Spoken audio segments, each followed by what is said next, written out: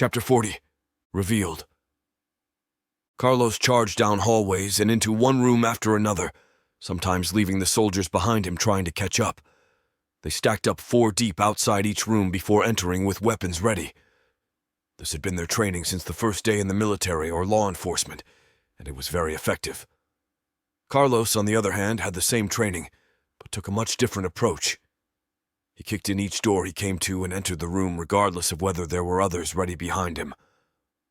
On more than one occasion, a bullet would brush by him or strike the vest he wore, causing him to sway back just a little. But each time he responded with gunfire of his own. Each room they entered looked much the same as the last, ranging from conference rooms and offices to personal living spaces. Walking out of yet another conference room, Carlos couldn't help but wonder just how any of them needed a place like this. As he squared up in front of the next door and prepared to kick it open, he thought of just running through the building, calling out Sierra's name. Then, as he raised his leg, placing his knee almost to his chest, he thought, "Yeah, that would work if I were a dumbass." Then he kicked out, making contact with the door and throwing it back into the room. Quickly entering like so many before, Carlos could tell this one was much different. In the corner stood a skinny, sick little guy wearing a blue helmet and pointing a pistol at him, though Carlos couldn't be sure as the pistol in the guy's hand moved around so much it was unclear. "You need help with that?" Carlos asked the soldier, unable to bring himself to shoot. Lowering his rifle to his side, Carlos walked slowly over to him. "Stop or I shoot you," the frightened soldier said with a thick French accent. Not worried about the guy firing, Carlos reached out and wrapped his fingers around the pistol, almost causing it to vanish in his grasp. "Let me have that before you hurt yourself." Carlos pulled the pistol free from the man's hands. With the slight threat neutralized, Carlos looked around the room at all the electronics with blinking lights and screens shining bright. What the hell is all this? How is it not fried like everything else? Carlos didn't receive an answer. Calmly, Carlos laid his arm over the man's shoulders as if they were old buddies. "Okay, Frank. I know you speak English, so you understand what I'm asking." "Yes, but my name isn't Frank. It's Adrian. I don't know this Frank you speak of." Adrian tried to sound strong but failed. "Of course it is." Carlos patted Adrian on the shoulder. "Listen, I'm looking for a friend of mine. She was taken—" Adrian interrupted Carlos, nodding his head. "I know of her." Adrian hoped Carlos would stop flexing his arm and pulling him in closer as he spoke. "Good. Then you can tell me where to find her, and I will see to it that you are safe. Does that sound good to you, Adrian?" Carlos squeezed Adrian to his side. Suddenly, Carlos's ears perked up at a sound coming from the hallway. "You boys seen an old, ugly, large Mexican around here who thinks he used to be a Texas Ranger?" Just then, Sierra stepped into the doorway and leaned against one side, smiling at Carlos. Overjoyed to see her alive, Carlos rushed to Sierra and wrapped his arms around her, pulling her into his barrel chest. With her arms pinned to her sides and her pistols pointing to the floor, unable to move, Sierra looked up. "I'm 2 seconds away from shooting you in the foot."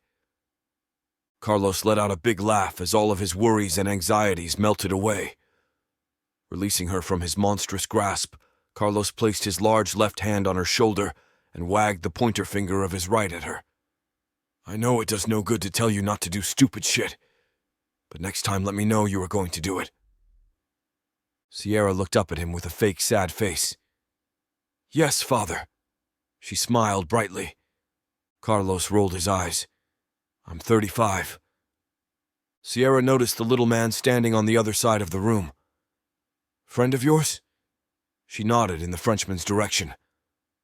"Oh, this is Adrian. He was about to tell me where you were."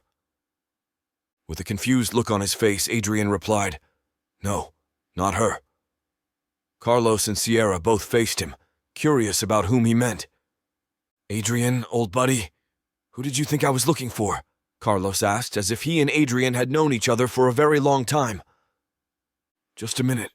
I have her name written down here somewhere. It came over the radio 2 days ago."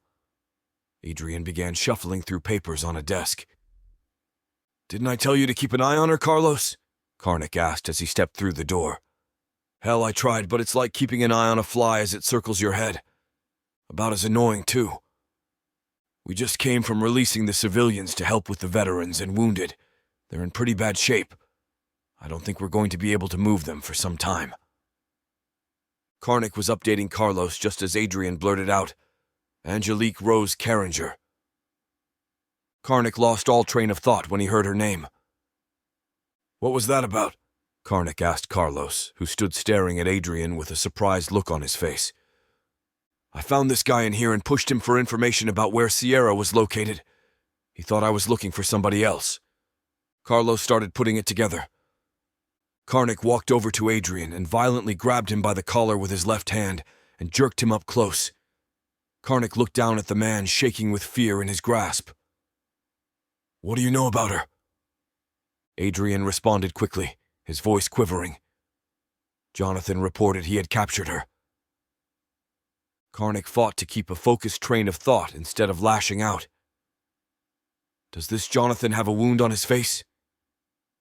Yes, Adrian said. Forcing himself to release his grip on Adrian, Karnak watched as the man backed away like a beaten dog.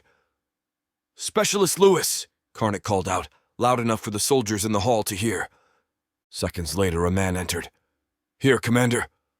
Karnak's eyes were still fixed on Adrian. I want a full report in 15 minutes of what this man knows. Karnak then turned his attention to Robert, standing just outside in the hallway. Robert, get Kate. We're going hunting. It's time for violence of action.